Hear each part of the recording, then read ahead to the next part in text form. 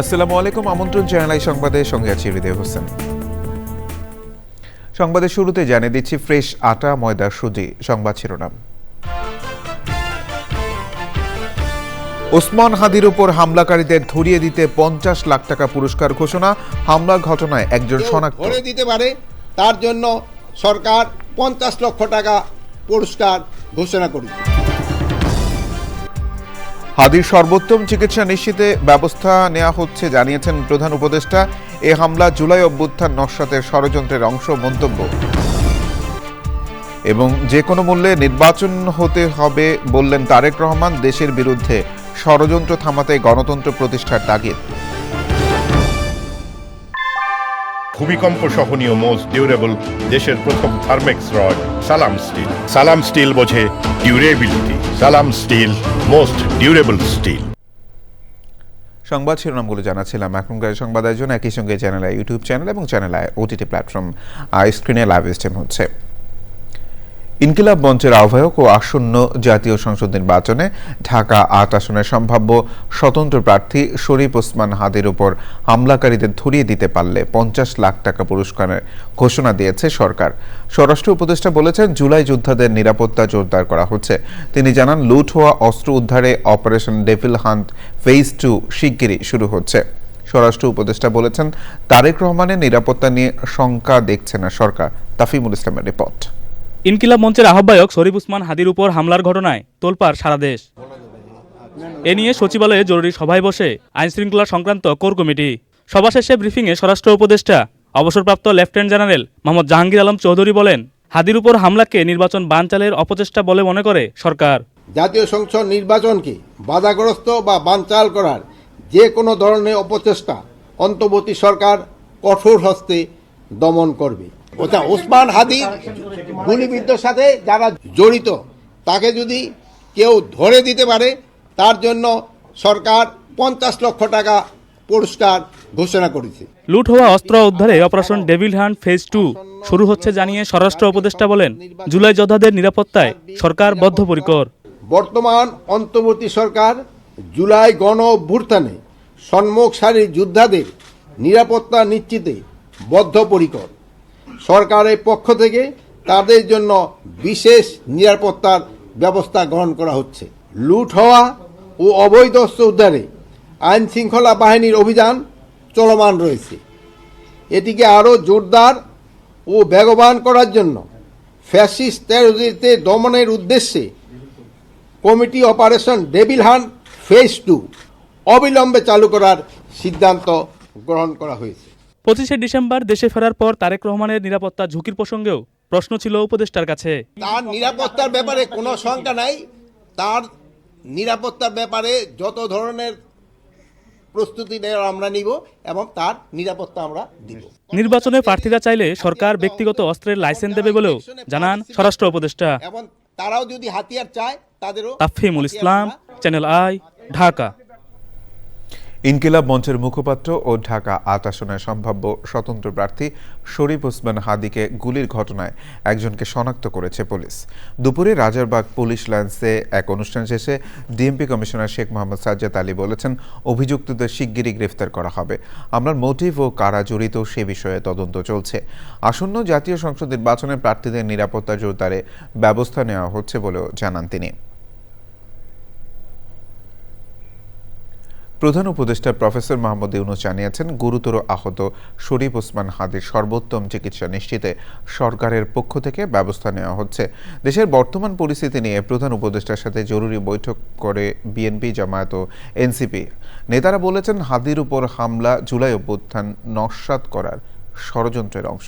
চক্রমালিথার report. শনিবার সকালে রাষ্ট্রীয় অতিথি ভবন যমুনায় ইনকিলাব মঞ্চের মুখপাত্র ও ঢাকা ৮ আসনের সম্ভাব্য স্বতন্ত্র প্রার্থী শুক্রবার আততায়ীর গুলিতে গুলিবিদ্ধ ওসমান হাদির পরিবারের সঙ্গে সাক্ষাৎ করেছেন প্রধান উপদেষ্টা প্রফেসর মোহাম্মদ ইউনূস। প্রধান উপদেষ্টা বলেন, সারা দেশ হাদির জন্য দোয়া করছে এবং তার সর্বোত্তম চিকিৎসা নিশ্চিতে সবাই চেষ্টা করছে। শারীরিক অবস্থা বিবেচনায় দেশের বাইরে পাঠানোরও ব্যবস্থা করবে সরকার। দ্রুততম সময়ে অপরাধীদের গ্রেপ্তারে আইনশৃঙ্খলা বাহিনী সক্রিয়ভাবে কাজ করছে বলে জানান প্রধান উপদেষ্টা। এরপর প্রধান উপদেষ্টা বৈঠক করেছেন বিএনপি, জামায়াত ও এনসিপির নেতাদের সঙ্গে। বৈঠকে প্রধান উপদেষ্টা বলেন, ওসমান হাদির উপর হামলা পূর্ব পরিকল্পিত ও গভীর ষড়যন্ত্রের অংশ। এর পিছনে বড় শক্তি কাজ করছে। সব অপচেষ্টা রুখে দিতে রাজনৈতিক দলগুলোকে ঐক্যবদ্ধ থাকার আহ্বান জানান প্রধান উপদেষ্টা।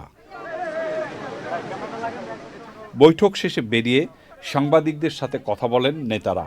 যারা বাংলাদেশে নির্বাচন চায় না, শক্তিশালী বা রাষ্ট্র বিনির্মাণের বিপক্ষে যারা, প্রকৃতপক্ষে গণতন্ত্রের বিরুদ্ধে শক্তি, তাদেরই এই কাজ। পতিত ফ্যাসিবাদকে অবশ্যই আমরা এই বার্তা দিতে চাই, এই জাতীয় কোনো ধরনের হামলা করে বাংলাদেশের গণতান্ত্রিক উত্তরণকে বাধাগ্রস্ত করতে পারবে না, প্রতিহত করতে পারবে না। আওয়ামী লীগ যেই ষড়যন্ত্র ছক আঁকছে নির্বাচনকে ঘিরে, সেটার একটা শুরু বলা যেতে পারে। ফলে এই ধরনের পরিবেশকে আমরা কিভাবে একত্রে মোকাবেলা করব এবং সেটার জন্য যেই ফ্যাসিবাদ বিরোধী জাতীয় ঐক্য প্রয়োজন, সেটা যাতে অটুট থাকে। তবে বৈঠক নিয়ে কোনো প্রতিক্রিয়া জানায়নি জামায়াতে ইসলামী এবং ওসমান হাদির পরিবার। চকর মালিথা, চ্যানেল আই, ঢাকা।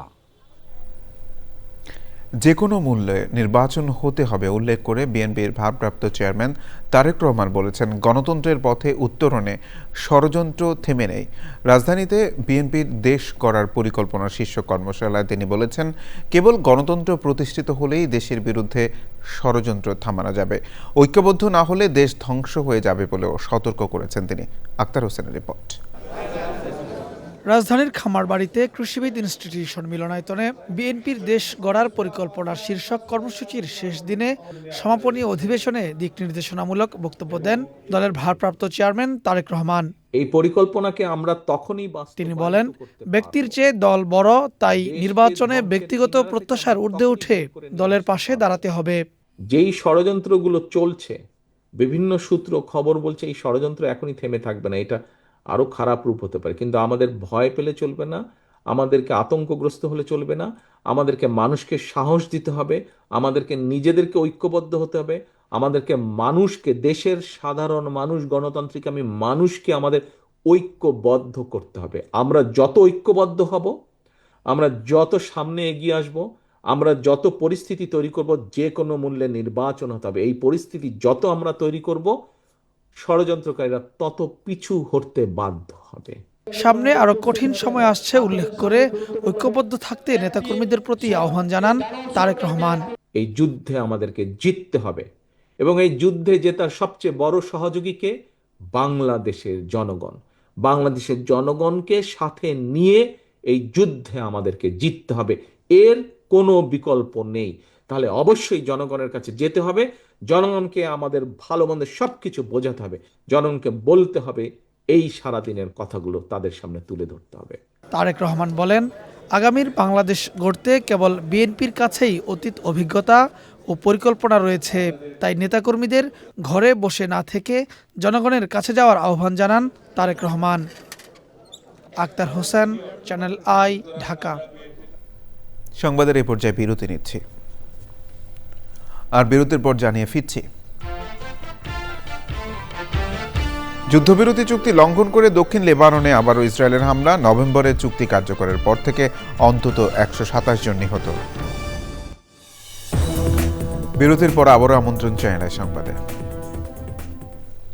উপকূলীয় অঞ্চলকে বনায়ন ও কৃষির জন্য সংরক্ষণের উপর জোর দিয়ে পরিবেশ, বন ও জলবায়ু পরিবর্তন এবং তথ্য ও সম্প্রচার মন্ত্রণালয়ের উপদেষ্টা সৈয়দা রিজওয়ানা হাসান বলেছেন, উপকূলীয় এলাকার সমস্যাগুলো দ্রুত জটিল হয়ে উঠছে। এসব সংকট মোকাবেলায় স্বল্প ও মধ্যমেয়াদী লক্ষ্য নির্ধারণ করে দূরদর্শী সিদ্ধান্ত নিতে হবে। বাংলাদেশ সামরিক জাদুঘর মিলনায়তনে দুদিনের জাতীয় উপকূল সম্মেলনের উদ্বোধনী অনুষ্ঠানে তিনি আরও বলেন, উপকূলের অনেক জায়গায় পূর্বের পরিকল্পনা বাতিল হলেও ক্ষয়ক্ষতি থেকে গেছে। চিংড়ি ঘের ভাঙতে কোটি টাকার বেশি ব্যয় হচ্ছে। আয়োজনে দেশের উপকূলীয় 19 জেলার কৃষি, পরিবেশ, খাদ্য নিরাপত্তা ও জেলে সম্প্রদায় নিয়ে কাজ করা 300-র বেশি প্রতিনিধি অংশ নেন। আমিন জুয়েলার্স আন্তর্জাতিক সংবাদ।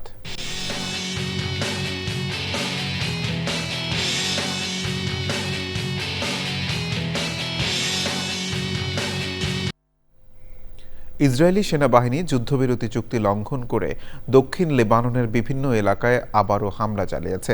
সামাজিক যোগাযোগ মাধ্যমে প্রকাশিত ভিডিওতে বিস্ফোরণের ধোঁয়া ও ধ্বংসাবশেষ দেখা গেছে। জাতিসংঘের প্রতিবেদন অনুযায়ী নভেম্বরে যুদ্ধবিরতি চুক্তি কার্যকরের পর থেকে লেবাননে অন্তত 127 বেসামরিক নাগরিক নিহত হয়েছেন। জাতিসংঘের বিশেষ দূত এই হামলাকে যুদ্ধাপরাধ বলে উল্লেখ করেছেন। তবে ইসরায়েল বলছে হিজবুল্লাহর পুনঃ সশস্ত্রীকরণ রোধ ও দেশটির নিরাপত্তায় তাদের এই হামলা।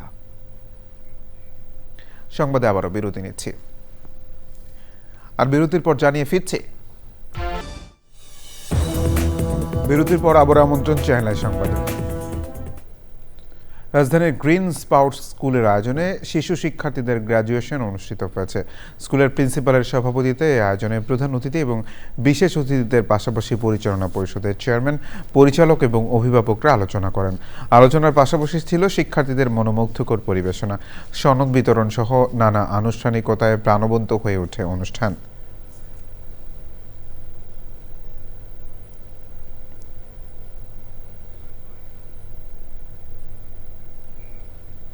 খেলার খবর সংবাদ শেষ করব সবশেষে ফ্রেশ আটা ময়দা সূচি সংবাদ শিরোনামগুলো জানিয়ে দিচ্ছে আরো একবার। ওসমান হাদির উপর হামলাকারীদের ধরিয়ে দিতে 50 লাখ টাকা পুরস্কার ঘোষণা। হামলা ঘটনায় একজন শনাক্ত। কেউ ধরে দিতে পারে তার জন্য সরকার 50 লক্ষ টাকা পুরস্কার ঘোষণা করেছে। হাদির সর্বোত্তম চিকিৎসা নিশ্চিতে ব্যবস্থা নেওয়া হচ্ছে জানিয়েছেন প্রধান উপদেষ্টা। এই হামলা জুলাই অভ্যুত্থান নস্রাতের ষড়যন্ত্রের অংশ মন্তব্য। এবং যে কোনো মূল্যে নির্বাচন হতে হবে বললেন তারেক রহমান। দেশের বিরুদ্ধে ষড়যন্ত্র থামাতে গণতন্ত্র প্রতিষ্ঠার তাগিদ।